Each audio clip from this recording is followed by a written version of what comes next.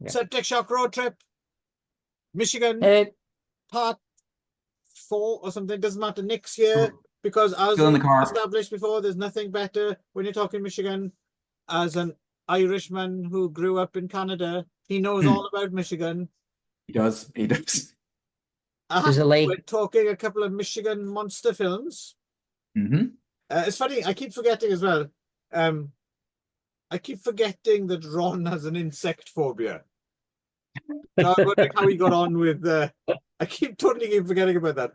But anyway, we're kicking off our double bill with Mosquito from 1994, directed by Gary Jones, who went on to do. Oddly enough, he made another one of these called Spiders. And the reason I bring it up is because it was one of those films that was like, every now and again there's a film that premieres like in Japan before the rest of the world.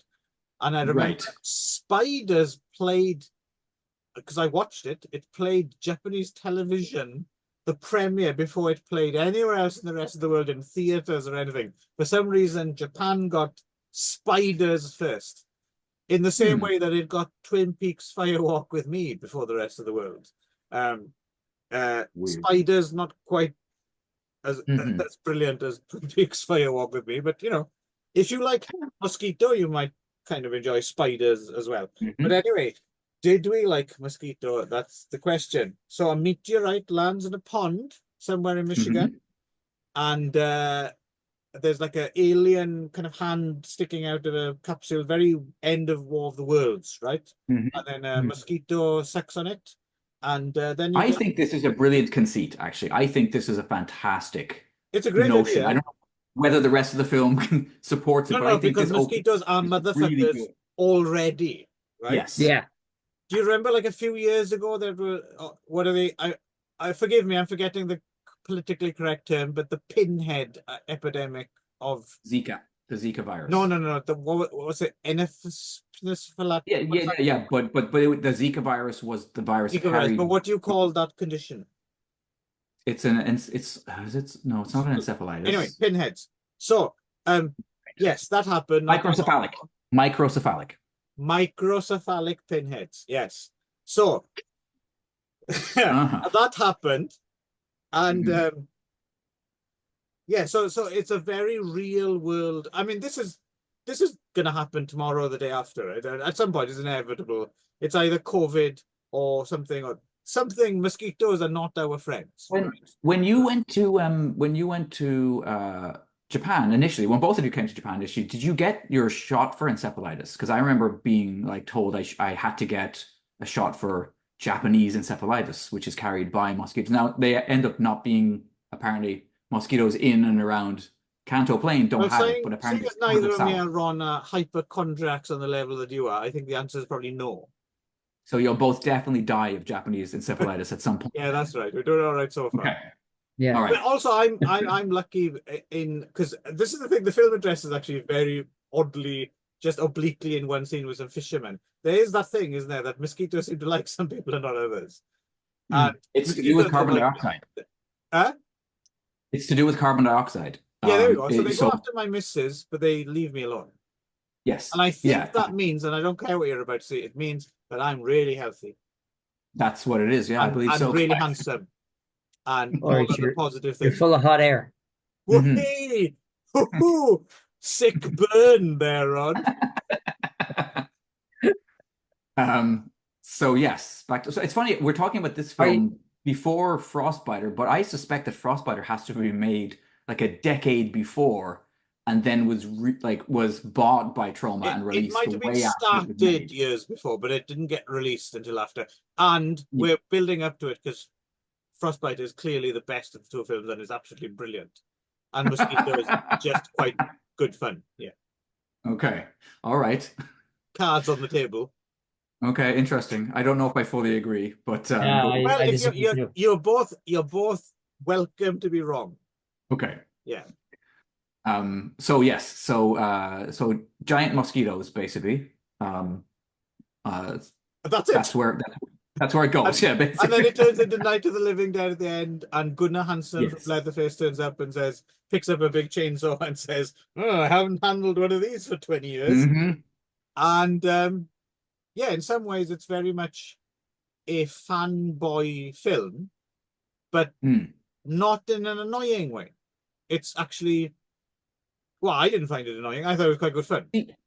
See, I feel like if this film didn't have all the practical effects, right, Stop and it motion has is, so yeah.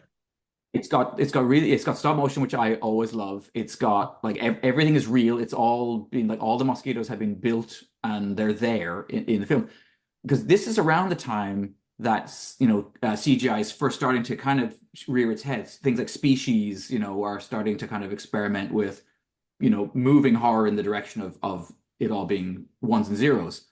And so for me, I think a lot of this film's charm is in its practical in effects. its practical effects. Yeah, Yeah. I mean, I think Shout if out this had to been made, Paul Jessel is the guy who did the stop motion stuff, which is and, really good. I mean, and he did it in both. He's also the guy who did Frostbiter as I'm well. not sure because I'm not looking at that page yet. I'll tell you Okay, later sure. when we get there. Yeah. But yeah, but Paul Jessel's stuff is, and also the bodies being sucked of all the blood, all the practical effects, really good fun. Well, that's a genius decision actually to have mosquitoes as your insect villain, right? Because when you smash them up, you can have it's not just the hemolymph, right, which is insect blood and it's yellow, but you get to also have them squirt human blood everywhere too. So it amps the gore up. But I was gonna say if this was made for like sci-fi a decade later, no, that would be bullshit. Yeah. Oh, yeah, all cartoon. Yeah. Yeah. Yeah. Right. Cartoon mosquitoes. It would be absolutely boring. None of the monsters would have any weight. And plus, rather than have a fun cast of unknowns, it would be fucking Steve Guttenberg and Tara Reid and other. Yes, people out of Beverly Hills 90210 to be Ian Ziering, or however you say his name. And apparently that's supposed to be hilarious. Apparently, if you put someone from old movies from the 80s in your CGI, that's immediately, that's just the funniest thing ever. Let's have 6 sequels. Whereas most right-thinking people think, what the fuck is wrong with you? Yeah. What you want to do is like, can we get the guitarist out of the Stooges? Now we're talking. Could we find him to be in both of our Will Ron films? Ashton play a drunken fucking hunter ex-con opposite Gunnar Hansen?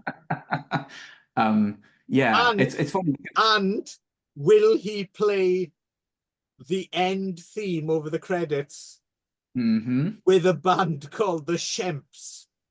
It's Ron Ashton and the Shemps playing the end theme. That's proper cool. Sci-fi never did that. It's funny too, if you like, it's worth Googling. I don't know, Ron, how much you know about Ron Ashton. But Google pictures of him from when he was in the Stooges, and he was a good-looking, slim, rock and roller, basically much like I am now.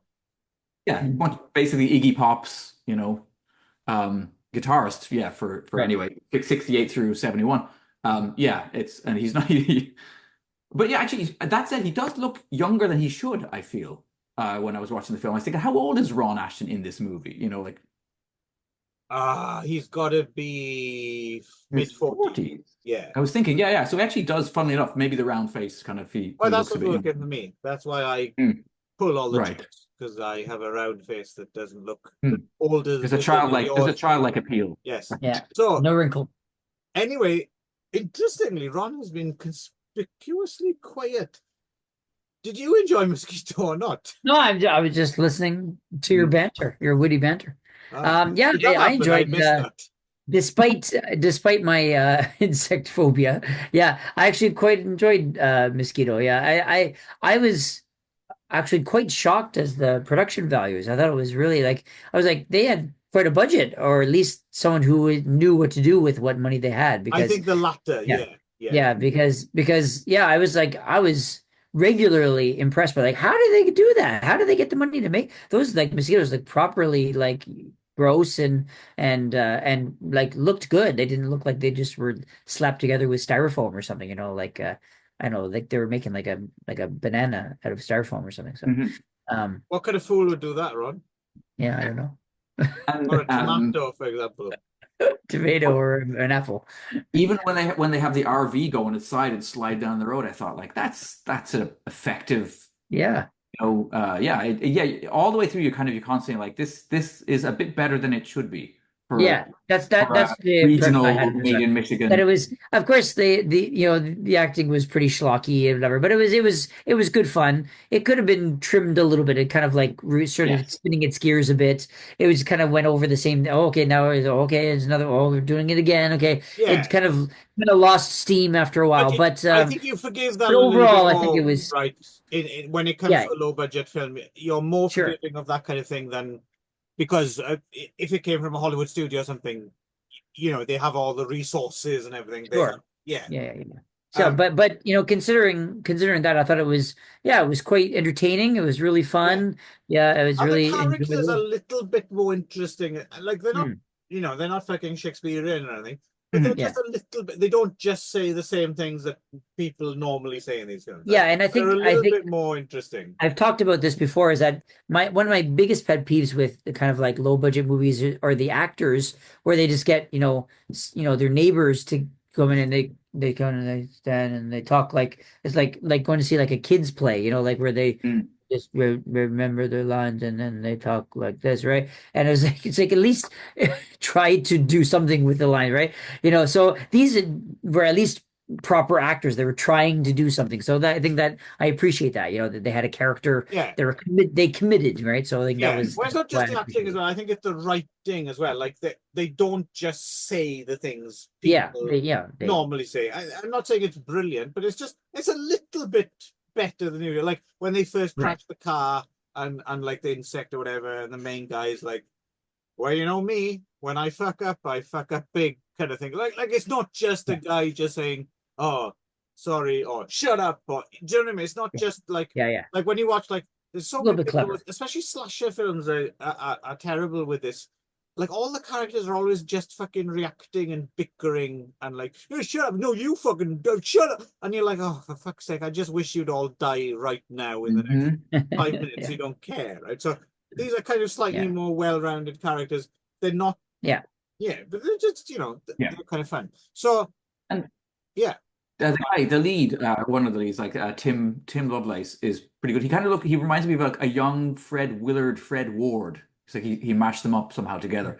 And Josh Becker is in this, Josh Becker right? is in it. Yeah, yeah. Who is very much a part of the Sam Raimi crew, right? Well, And went on both to these direct. films are clearly made in the wake of Yeah, Sam but some Raimi. of Oh the yeah, same of people, I course. think, and I Yeah, think again some of that stop motion, right? I think that's like it may have been somebody who was involved with the well, stop motion yeah, but in it's Evil interesting Dead as 2. well. When you get to Wendigo as well, I was thinking it even harks further back. It reminded me of that film Equinox, which is the film that Yes. everyone says Evil Dead ripped off, but it didn't Yeah. really, because they'd never seen it. But apparently, but But yeah, Wendigo went one step further and actually had like an Evil Dead poster on the wall, right? yes, So Evil Dead Yes. too. yeah, Yeah, so yeah, Yeah, yeah. yeah, And they weren't even pretending they weren't ripping a that. cabin So, that looks yes. suspiciously familiar. So, but so I did also appreciate in Mosquito that they used Gunnar Hansen and that he actually got a chainsaw. And he's like, oh, a little bit of a nod, like I haven't used one of these in 20 years. So like right, that right. was a good fun, Yeah, like kind of like wink at the audience for those who got it right. So it was nice. Yeah. yeah, so co-written by Tom Chaney, who is the author behind Wendigo, or as when it was put out by Trauma eventually, Frostbiter, Wrath of the Wendigo. And yes, you are quite right, Nick. Even though released in '96, years in the making, right? Yeah, it looks more like 87 to me, like if I had to I don't know if guess. it Like, goes back quite that far, but potentially, I'm not sure. But because Ron Ashton looks younger to me Ron Ashton looks than he does. younger. And also the music. So the thing that makes Wendigo for me, and we'll get into it's Yeah, the actually, that makes sense to me now, Clive. I'm good because I found that quite weird. Because I was listening on headphones in the bath while I was watching it, and the songs are very distractingly mixed yes, Oh, in. they're They're kind of brilliant. like They're absolutely they brilliant like it's because they're really hard to total figure. counterpoint to what's going on screen. I yeah. loved it. They undercut everything. There's like Well, a not Yes. just undercut. It was. This is the one thing that I took away is like if you're gonna make a low budget movie, and when you score your movie, first of all, don't pick songs that have lyrics. and don't play it really, really loudly over dialogue scenes. Yes, I could yes. not hear what anyone was Whatever saying. It was that like this thing that really Ron just loud said, song with words. It was like, what am I supposed to be listening to that right song now? that Ron just said, ignore that, do that. It's brilliant.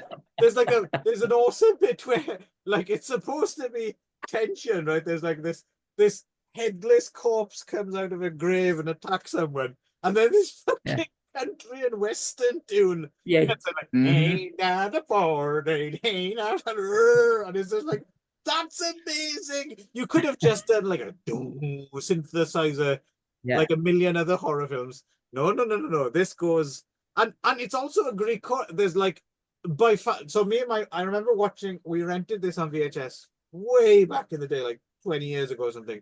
Me and the wife thoroughly enjoyed this film back in the day on VHS. And the one thing we still quote to this day, the one scene that stays with us, is the chili monster.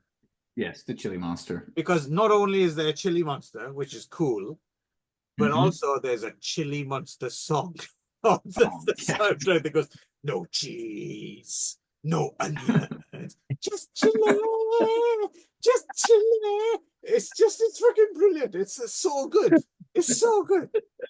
It's a very garage rock kind of sounding. Like, as I said, it seems like the kind of CD you would have burned for me, Clive. You would have selected, like I would love to hear the soundtrack by itself, but like turned down so I could hear the dialogue. Well, I think it's mostly Ron Ashton as well, right? And I tell you what it reminded me of is some of the more playful elements of Destroy All Monsters. Right. When Ron Ashton was in that band, like that collective. Like some of their stuff is a bit more kind of pretentious, but when they just cut loose and had fun, that's kind of like the soundtrack to Wendigo, because it's all over the place, and they've got a fucking Minotaur style like demon stop motion thing and a flying lizard and a fucking the Wendigo itself is quite amazing. Big reindeer antlers and kind of gigantic skeleton centaur. Like, who gives a shit that it doesn't make any sense? I couldn't care less. It's fun, fun until Daddy takes my T-bird away. It's just awesome all the way. No? Are you disagreeing with me? No. I'm not saying I didn't have fun. I did. It's just I think it's a bit. I mean, maybe warts and all. Maybe it's more charming in a way than Mosquito. Charming is the word. Charming. But I think Mosquito is the more accomplished horror movie. Still done with a low budget and still got. I like Mosquito, but this would be the film I would put on when I'm in my cups. Right. Well, Ron, what do you think? Did you? I didn't get on as well as really? I was like. Yeah, I appreciated like some of the fun stuff, and but for the most part I thought it was I was just like, I don't know what's happening, I don't know what anything's going, I can't hear anything because the music's too loud, and it's like I was like it just kept there's going. a chili monster.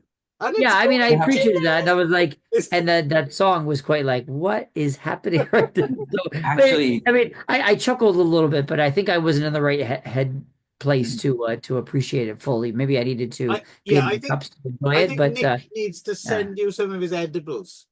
Okay. Yes, they definitely help. Sure. Yeah. Actually, I was watching it like I watched it at like 7 o'clock in the morning at a Lawson. So I was like, it was like, man. I was like, I'm good. That does make a difference. Whoa. Sorry. Apparently my room is haunted.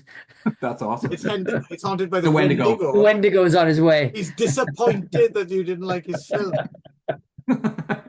One of my favorite scenes actually was just the brass balls to like film a toy plane, in insert shot, and then to have like a plastic pterodactyl like flying after it, and then blowing the kind of cone of snow towards it. I was like, that's fucking brilliant. Like, just like, we're gonna do this. We're gonna do this thing that's gonna look. It's gonna work somehow. I'm gonna suspend my disbelief. And I did. I suspended my disbelief and was like, sure, that's awesome. Sure. Yeah.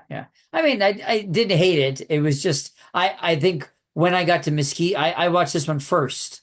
Okay. And I think and when I got to Mosquito, I was like, oh, this is way better than that one. So yeah, I think I was just kind of like, okay, let's get on with this. I don't know what's happening. Okay. Yeah. So I was just like, come on, let's just move this along a little bit. So with Wendigo. So Mm. but when I got to Mosquito, I was kind of like, yeah, okay, this is more my speed, I think so. Mhm. I mean, they're both fun. They're both a lot of fun, Mhm. Sure. I would say.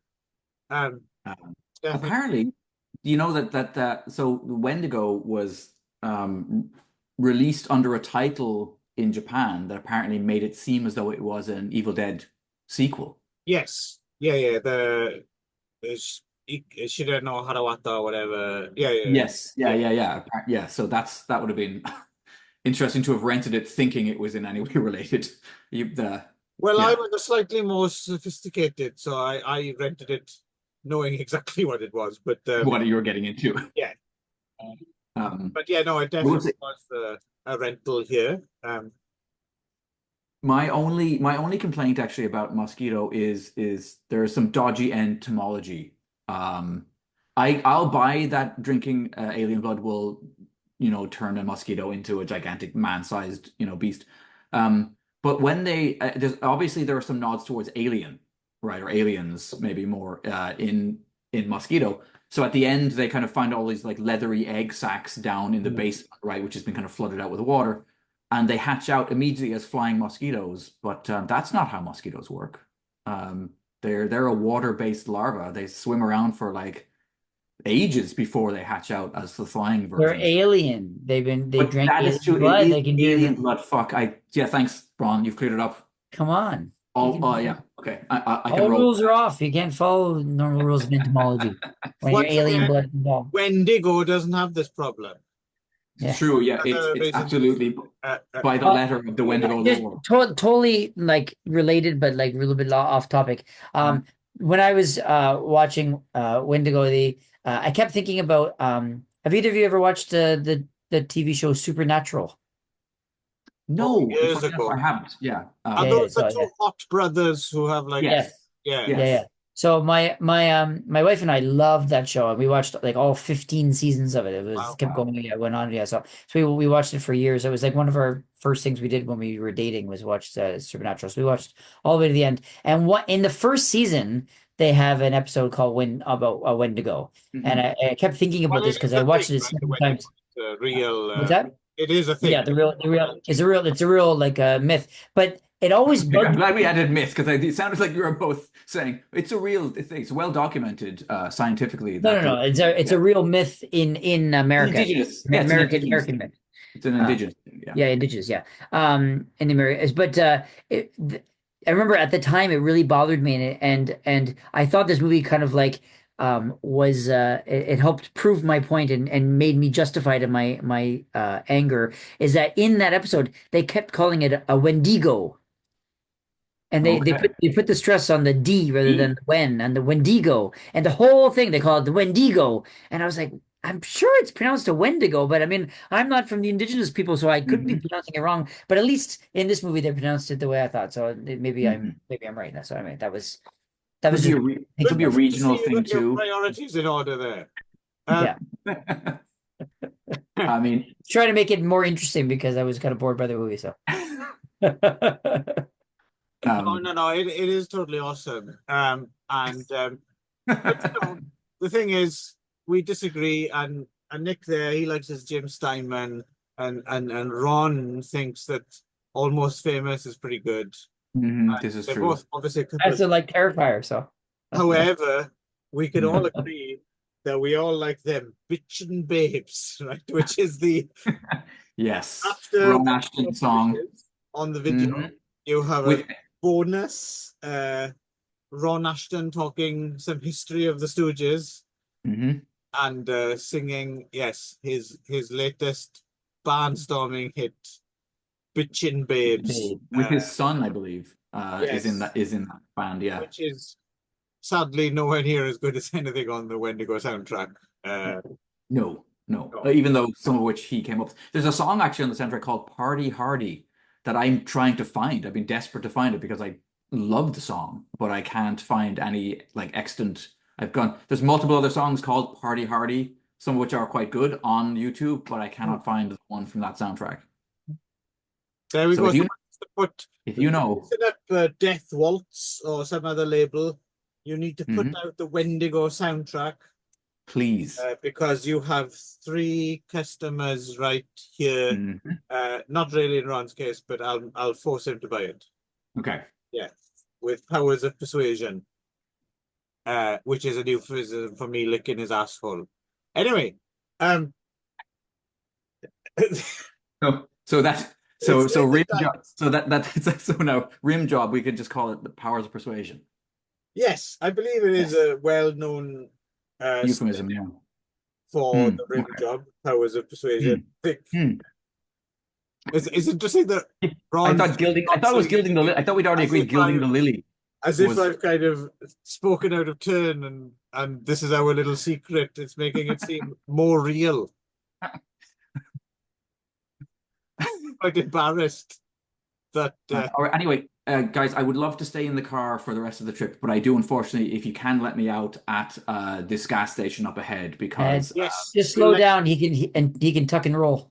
Yeah. Just if you went to about 30 miles per hour, I can probably. We're headed off now. I think it's Indiana next. Oh, finally we're out of Michigan. We're out of Michigan. Yeah, I'm still in the driver's seat. But I'm crouched between the 2 seats in the front there, so Ron can eat my ass from the back seat as we head into the next. Wait, I'm in the back seat? Why am I in the back seat? Shotgun, bitch. My ass. I thought you said you were crouching in the middle because you were crouching on the gear stick or something. How are you going to eat my ass from the side?